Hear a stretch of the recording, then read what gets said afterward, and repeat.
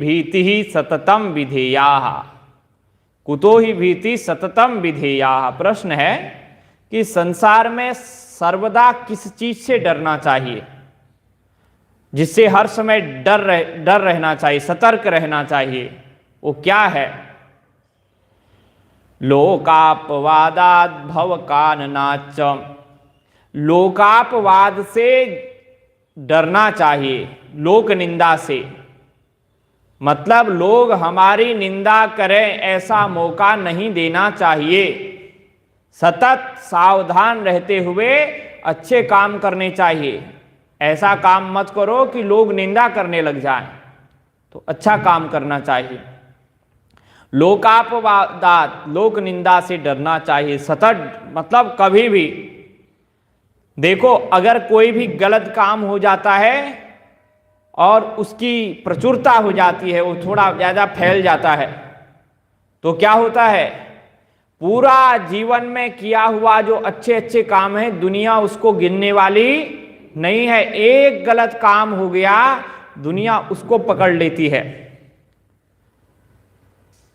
लोग इस संसार में, इस संसार की नीति है, लोकापवाद यही है। एक गलती हो जाए तो बस उसको ध्यान रखेंगे और सारे गुणों में पर्दा डाल देंगे। इसलिए सतत प्रयत्न करना चाहिए कि कोई गलती ना हो जाए।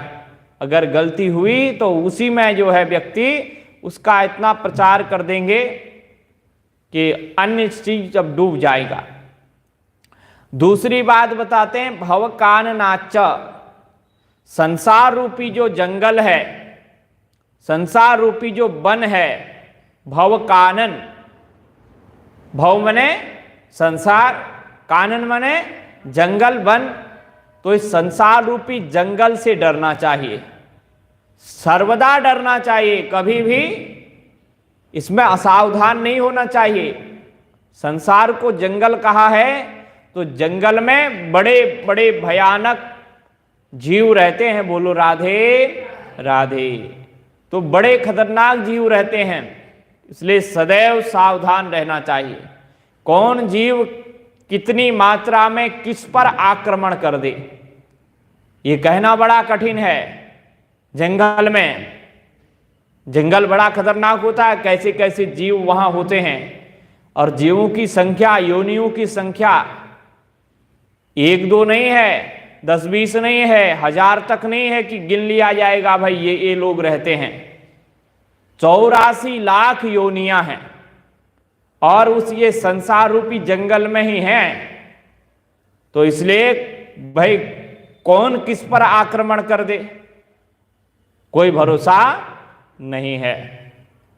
और संसार रूपी जंगल में जो बड़े बड़े भयानक जीव हैं जिनसे संकट मिल सकता है, उनको मौका देने वाला, उनको मौका देने के लिए उनके जो मुख्य दूत हैं, जो उनके संदेश वाहक हैं, जो उनको सूचना देते हैं,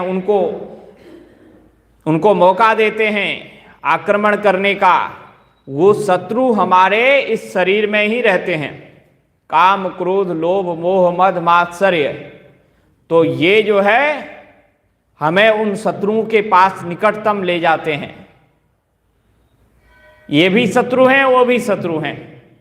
इनको हम लोग अपना मित्र मान लेते हैं, लेकिन हैं ये भी शत्रु। इसलिए इनसे सावधान रहना चाहिए, क्योंकि अपने ही दुर्ग में शत्रु निवास कर रहा है। लेकिन इन शत्रुओं को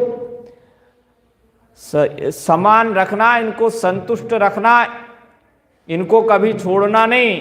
काम क्रोध लोभ मोह की जरूरत तो है, लेकिन इनको मौका नहीं देना चाहिए, स्वच्छंद नहीं छोड़ना चाहिए।